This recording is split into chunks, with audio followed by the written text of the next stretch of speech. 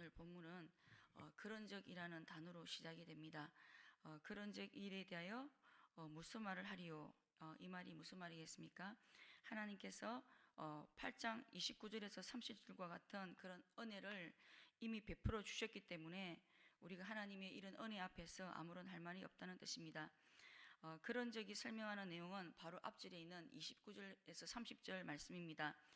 29절에서 30절은 하나님께서 하나님의 자녀들을 하나님의 형상을 본받게 하시기 위해서 하신 일을 5개의 동사로 설명합니다. 첫 번째는 미리 아셨다는 동사입니다. 성경에서 하나님께서 누군가를 아신다는 것은 인격적으로 그를 사랑하고 있다는 말입니다. 하나님은 이 세상이 시작되기도 전에 시간이 시작되기도 전에 이미 우리를 사랑의 대상으로 삼으시고 그때부터 사랑하고 계셨다는 말입니다. 우리를 향한 하나님의 사랑은 한순간의 사랑이 아니라 정말 오래된 사랑이라는 사실을 알 수 있습니다. 두 번째는 미리 정하셨다는 동사입니다. 미리 정한다는 말은 하나님께서 우리 한 사람 한 사람에 대한 구원의 계획을 미리 세우실 뿐만 아니라 인생 전반에 대한 계획과 영광스러운 목적지를 정해 놓으셨다는 말입니다. 어떤 목적지이겠습니까? 그리스도의 형상을 본받아 그리스도와 함께 영화롭게 되는 그런 목표를 이미 정해 놓으셨다는 말입니다. 구원의 목적지가 아니라 바로 그리스도와 같은 몸으로 영화롭게 되는 것이 하나님의 목적지라는 사실입니다. 세 번째는 부르셨다는 동사입니다. 부르심을 받은 자는 의롭다함을 받은 자와 영화롭게 된 자와 같은 사람입니다. 한순간 어느 시점에 하나님께서 우리를 부르시는 그 행위는 하나님께서 미리 아시고 정하신 자들에게 하나님의 진리를 깨닫도록 우리 내면에 역사하셨다는 말씀입니다. 부르시기 전에 하나님은 미리 하나님의 말씀을 듣게 하십니다. 하지만 하나님의 말씀이 전해질 때 아무나 다 반응하지 않습니다. 오직 하나님이 아시고 정하신 사람만 응답을 합니다. 이것이 바로 하나님의 부르심입니다. 네 번째는 의롭다고 하셨다는 동사입니다.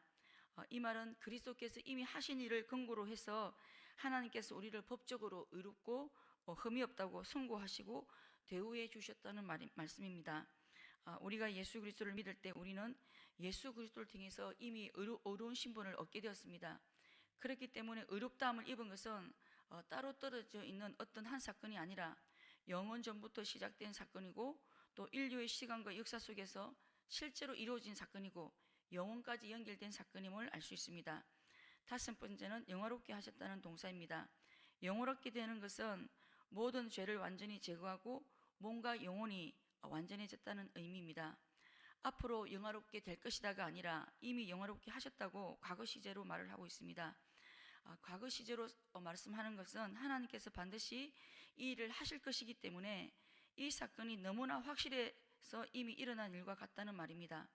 그리고 이 영화로움에 이르는 연결고리는 그 어느 누구도 중간에 끊을 수가 없고, 그리고 또 이 연결고리 중에 단 하나라도 생략되거나 취소될 수가 없다는 말입니다.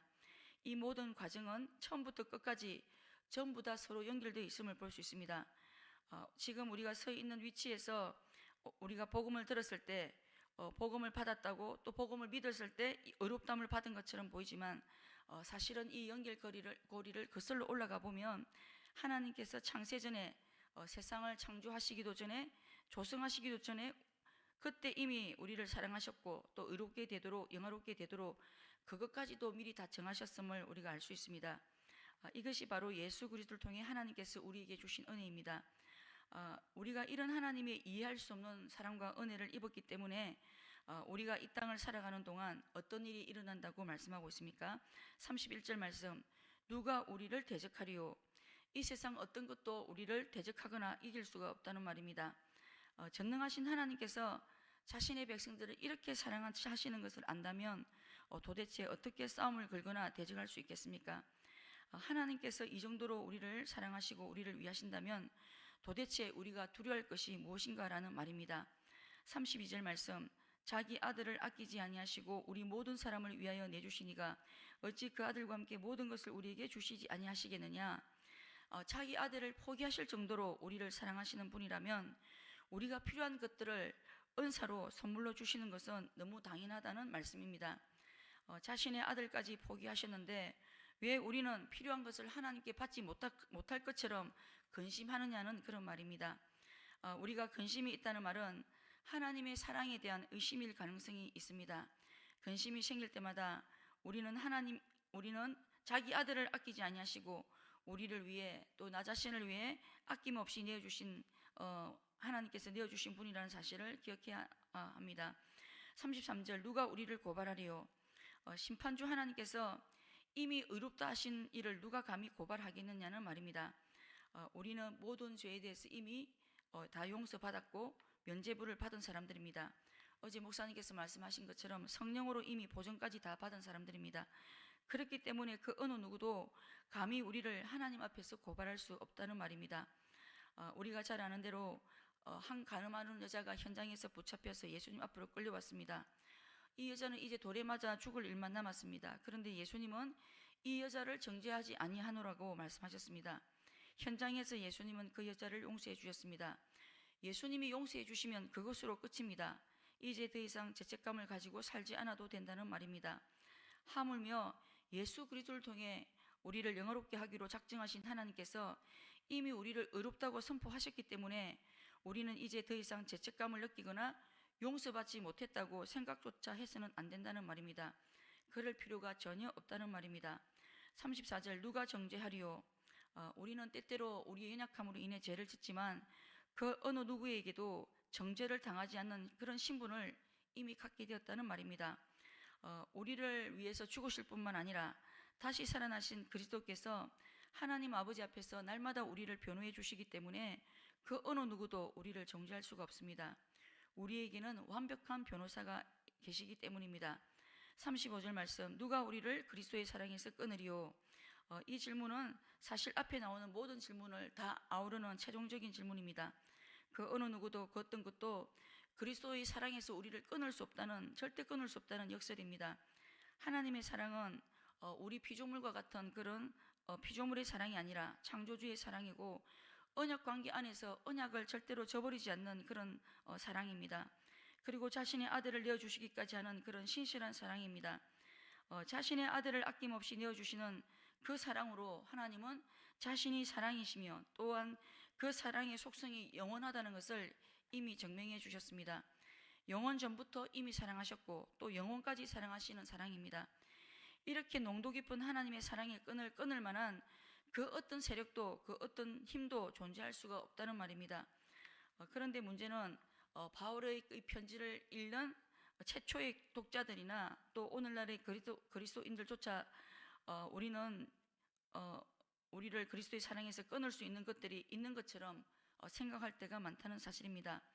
환난이나 공고, 박해와 기근, 헐벗음과 같은 이런 문제들을 만나면 하나님이 나를 버리신 것 같다고 생각하며 하나님의 사랑을 의심하고 하나님을 원망하기도 합니다.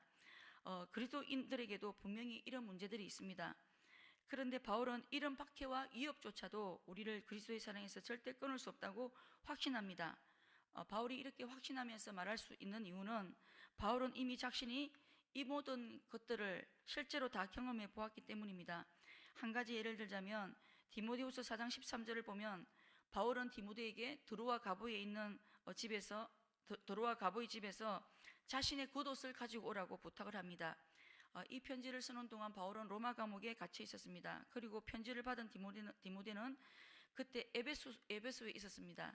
에베소에서 드로아까지는 부산에서 평양까지 가는 그런 거리라고 합니다. 바울의 편지를 받고 디모데는 터키에서 드로아까지 가서 또 드로아에서 로마까지 가는데 한 달이 걸릴지 두 달이 걸릴지 모르는 그런 거리입니다. 그때까지 바울은 겉옷이 없이 로마 감옥에서 속수무책으로 떨고 있어야만 했습니다. 이 상황은 바울이 복음을 전하다가 당한 일이기 때문에 스스로 자초한 일입니다. 예수 믿기 전에 유대인 집단이 그대로 남아 있었다면 또 계속해서 예수 믿는 사람들에게 돌을 던지며 계속 핍박하는 삶을 살았다면 바울 역시도 두꺼운 그 외투를 입고 추위에 떨지 않는 삶을 살았을 것입니다. 고린도서 11장 26절에서 27절에서는 바울은 여러 번 여행을 통해 강의 위험과 강도의 위험과 동족의 위험과 이방인의 위험과 시내의 위험과 광야의 위험과 바다의 위험과 거짓 형제 중의 위험을 당하고 또 수고하며 애쓰고 여러 번 자지 못하고 줄이며 목마르고 여러 번 굶고 춥고 헐벗으노라고 말한 적이 있습니다. 바울은 우리 인생이 겪을 수 있는 모든 종류의 고난을 직접 다 경험한 인물입니다. 그래서 바울은 자신이 마치 도살장에 끌려가 죽게 될 양과 같은 신세가 되었지만 그 어떤 것도 그리스도의 사랑에서 자신을 끊을 수 없다는 그 사실을 경험적으로 알고 고백한 것입니다. 그렇기 때문에 바울은 어떤 최악의 상황 속에서도 우리가 그런 어려움들을 겨우 이긴다가 아니라 넉넉히 이긴다고 단언합니다. 그 어떤 것도 30절에 나오는 5개의 그 연결 동사를 절대로 끊지 못하기 때문입니다. 그래서 그리스도인들은 최악의 상황을 통해서 또한 최악의 상황을 극복하면서 결국은 승리한다고 바울은 확신합니다. 그렇기 때문에 그리스도인들에게 있어서 고난과 어려움은 하나님이 우리를 덜 사랑하시는 증거가 아니라 우리를 너무 사랑하시기 때문에 이 모든 것들을 통해서 결국은 하나님의 선을 이루어 가시고 또 자기 아들의 형상을 본받게 하시기 위한 과정이라는 사실을 우리가 기억해야 합니다. 말씀을 맺겠습니다. 우리를 향한 하나님의 사랑은 영원 전부터 시작되었고 영원까지 이어지는 절대 끊을 수 없는 사랑임을 다시 기억할 수 있어야겠습니다.